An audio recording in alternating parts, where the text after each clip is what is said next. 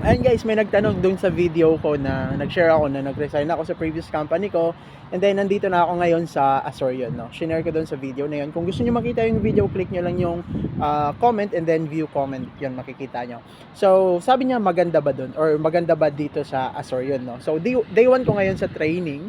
And meron silang pa-welcome kit, ayan, tote bag, and ito may chopstick and kutsara tinidor, and may lalagyan na may label na Azorion, and sa phone case holder, and then etong mug or tumbler na may tatak din na Azorion, no? And ito yung logo nila, ay yung ID nila, ID lace, no? Tapos yung salary is competitive, maganda yung working environment, no? Kasi kanina sa orientation namin is kinausap kami mismo ng site director yun guys, no? Sa mga previous company ko hindi nangyayari yun kasi guys, yung mga site director